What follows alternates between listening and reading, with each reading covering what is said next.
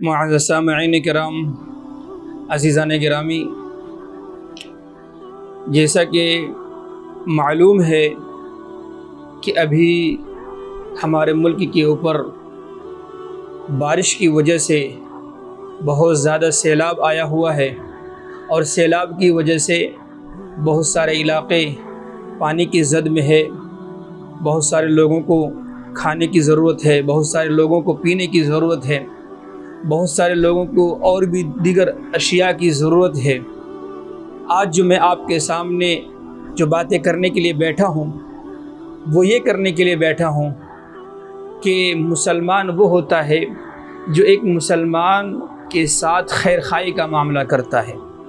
اور اللہ کے نبی علیہ السلام نے فرمایا، تمہارا ایمان اس وقت تک کامل نہیں ہو سکتا، لا یؤمن احدکم حتی اکونا، تمہارا ایمان اس وقت تک کامل نہیں ہو سکتا، تم کامل ایمان والے اس وقت تک نہیں ہو سکتے جب تک کہ تم وہ چیز پسند نہ کرو جو تم اپنے لیے پسند کرتے ہو، اپنے بھائیوں کے لیے پسند کرو۔ اب ہر انسان یہ کوشش کرتا ہے، ہر انسان یہ چاہتا ہے، ہر انسان یہ کوشش کرتا ہے، ہر انسان کی خواہش ہوتی ہے، ہر انسان کی پسند ہوتی ہے، میں اچھے سے رہوں، میں اچھا کھاؤں، میں اچھا پہنوں۔ تو جس طرح وہ اپنے لیے اچھا رہنے کو پسند کرتا ہے، اچھا کھانے کو پسند کرتا ہے، اچھے لباس کو پسند کرتا ہے، اچھی نوکری کو پسند کرتا ہے، اچھے کاروبار کو پسند کرتا ہے، اچھے دوستوں کو پسند کرتا ہے، اچھائی کو پسند کرتا ہے،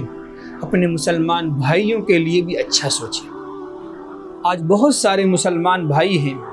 جو سیلاب کے زد میں ہیں، بہت سارے ایمان والے ہیں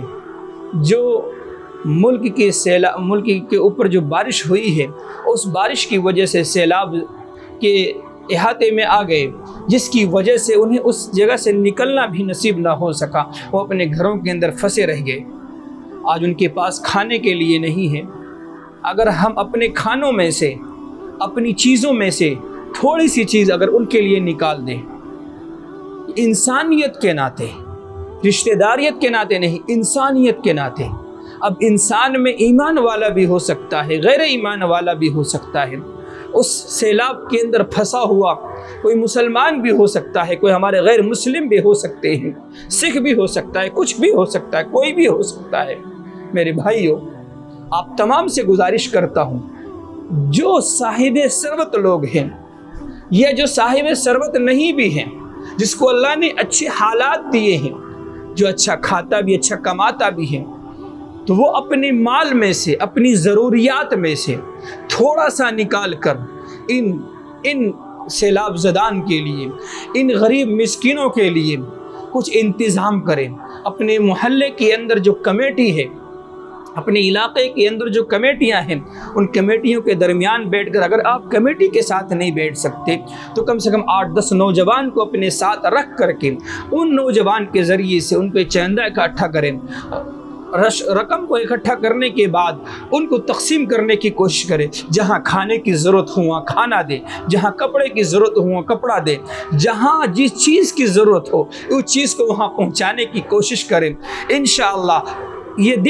وہ دن دور نہیں ہے کہ پانی ختم ہو جائے گا اور وہ سیلاب سے ہٹ جائیں گے، پھر وہ اپنے اپنے کاروبار کے اندر لگ جائیں گے، اپنے اپنے کاروبار میں لگ جائیں گے۔ لیکن ابھی وہ مصیبت میں ہے، ابھی وہ پریشانی میں ہے، اور یہ مصیبت جب آتی ہے، یہ سب پر آتی ہے، تو ہم شکر منائیں کہ اللہ نے ہمیں اس مصیبت میں نہیں رکھا۔ ہمارے بھائی اگر کسی مصیبت میں ہے اور ہم اچھے حالات میں ہیں تو ہم پر یہ فرض بنتا ہے، ہم پر یہ حق بنتا ہے کہ اس بھائی کو اس مصیبت سے نکالنے کے حتی الامکان جو کوشش ہم کر سکتے ہیں، اپنی استطاعت کے مطابق، اپنی صلاحیت کے مطابق ہم کریں۔